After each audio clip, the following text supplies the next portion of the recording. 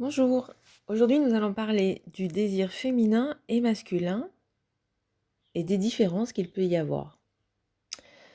C'est quoi le désir? Si j'utilise une métaphore, je dirais que c'est comme le premier pas du chemin qui mène à l'objectif. Ou c'est comme quand on a les billets d'avion d'un voyage prévu pour dans 6 mois, sans le descriptif exact du dit voyage. Ou encore, comme le dit Alain Héril, auteur et formateur, le désir, c'est le préliminaire des préliminaires. Et le déclencheur est le même chez la femme et chez l'homme. Ce qui déclenche ce fameux désir, c'est le cerveau. Le désir, c'est les projections que nous faisons sur l'autre, nos fantasmes aussi. Tout pareil pour l'homme et la femme. Alors, y a-t-il vraiment des différences entre le désir de la femme et de l'homme, me direz-vous? Eh bien, pas vraiment. Bon, évidemment, nous n'avons pas forcément le même imaginaire, et c'est tant mieux, c'est la différence qui nous enrichit. Nous avons donc des scénarios que l'on imagine évidemment différemment.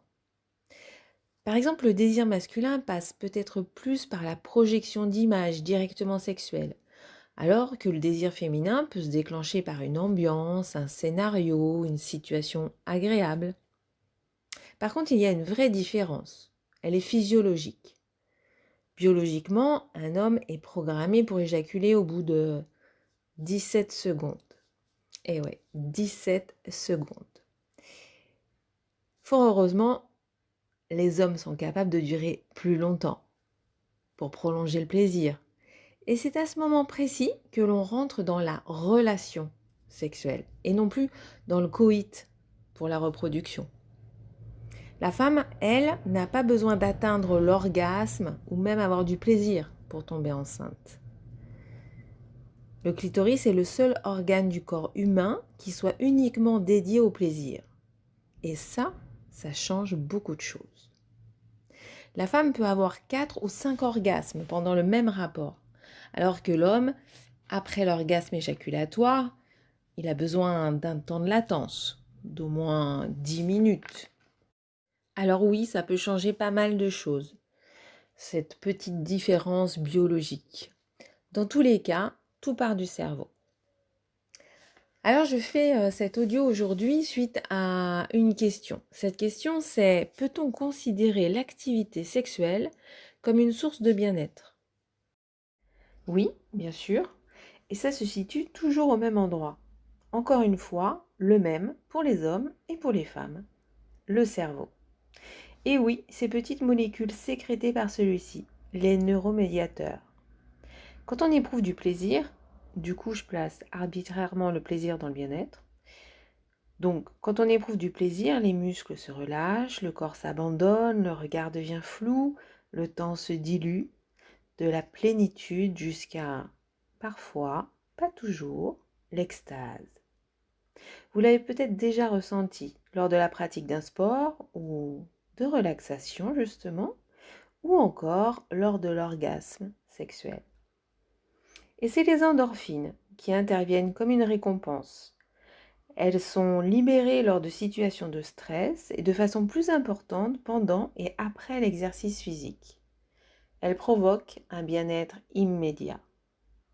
Il y a aussi la dopamine, autre hormone du plaisir.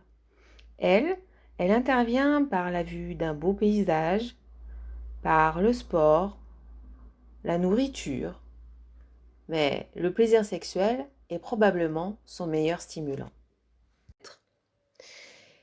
La suite de la question est: si oui, alors, sachant que les femmes s'intéressent beaucoup plus au bien-être que les hommes, comment expliquer dès lors leur réticence nocturne dans le lit conjugal? Ah oui? C'est vrai, les hommes s'intéressent moins à leur bien-être? Vous êtes sûr de cela? C'est une drôle de croyance, ça. Ma croyance à moi, c'est que, bon, peut-être encore quelques hommes ne s'autorisent pas à s'intéresser ouvertement à leur bien-être. Alors j'entends par bien-être les massages, aller en thalasso ou au spa, etc. Bon, alors enchaînons. Alors, Monsieur, avez-vous demandé à madame si en effet pour elle, faire l'amour, c'est du bien-être? Et riche de ce que vous avez entendu, pensez-vous avoir les mêmes scénarios avec madame? Je pense que la première des choses à faire est peut-être de parler avec madame dans un environnement sympathique et chaleureux, peut-être même romantique, de ce dont vous avez envie dans vos relations sexuelles et surtout, de l'écouter et d'entendre quelles sont ses envies à elle. Alors, monsieur, qu'en dites-vous? J'espère avoir répondu à vos interrogations. N'hésitez pas à me faire vos retours. Je vous dis merci à tous et à très vite.